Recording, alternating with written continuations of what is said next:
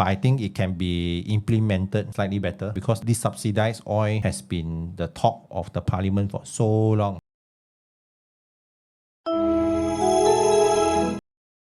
I wanted to ask you, because there's some mixed reaction, mixed feelings among the feedbacks. Because some says that yes, they have this BUDI 95 for Malaysians, but what about those foreigners working in Malaysia? So what are your thoughts? Like government announced this, right? Actually, there's mixed feelings among the community, but what is it actually? You felt, is it good? And then like in the end, does it help the economy? Personally, I think it's good, and I personally think it helps the economy because think about it, we register ourselves as a Malaysian IC, and then we got the driving license. We have a car, we pay the road tax, and when we pay the road tax, I think it's fair that the subsidy should be given to us Malaysian users. And then of course there are some expats that are living in Malaysia, they cannot enjoy this. But you think about the bigger picture, subsidy and subsidized oil is supposed to help the citizens of Malaysia. So it's only fair that it's only given to Malaysians with IC. Yeah, again some people say, hey, why it only must be valid driving license? I got no driving license, cannot. But it only makes sense, right? If you got a car, you can enjoy the subsidy. If you do not have, I don't think it's fair. But if you think you want to get part of the game, go register yourself as a license holder and you can get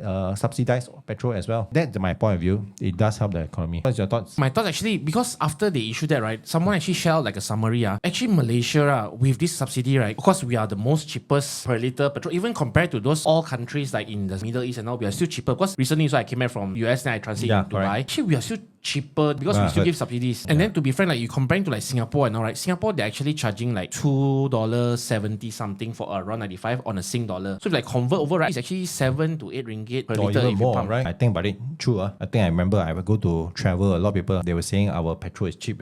It's very expensive to pump petrol in other countries. So that's why I think it's a good and bad thing, but I think it can be implemented slightly better because this subsidized oil has been the talk of the parliament for so long. Only recently they came out with the latest ruling. Actually, like what you mentioned, there's also another thing is that some Malaysians, right, they will not be benefiting from this is because we're talking about personal consumers, right? Like for Malaysian-owned company owners, they have a lot of those sort of like salesmen. So those, they actually will not get the subsidy because impossible for you to actually ask your staff use his own IC, but because the staff also will have his own personal use during non-working days, right? So they cannot get a subsidized price, right? So that's why I think there's a balance to it. There's a skill to it. So a lot of small business owners, they will say, hey, logistics is going to be more expensive now. Yes. That's why you can see a lot of those Grab drivers, they are complaining now. Those delivery guys like Foodpanda, Grab, even those like J&T, some of them are doing it as a freelancer. So they're saying, oh, now the cost is going to be very expensive. So pros and cons. That's why I think there's no such thing as perfect, but I think let's see what our government can come up with to improve on this.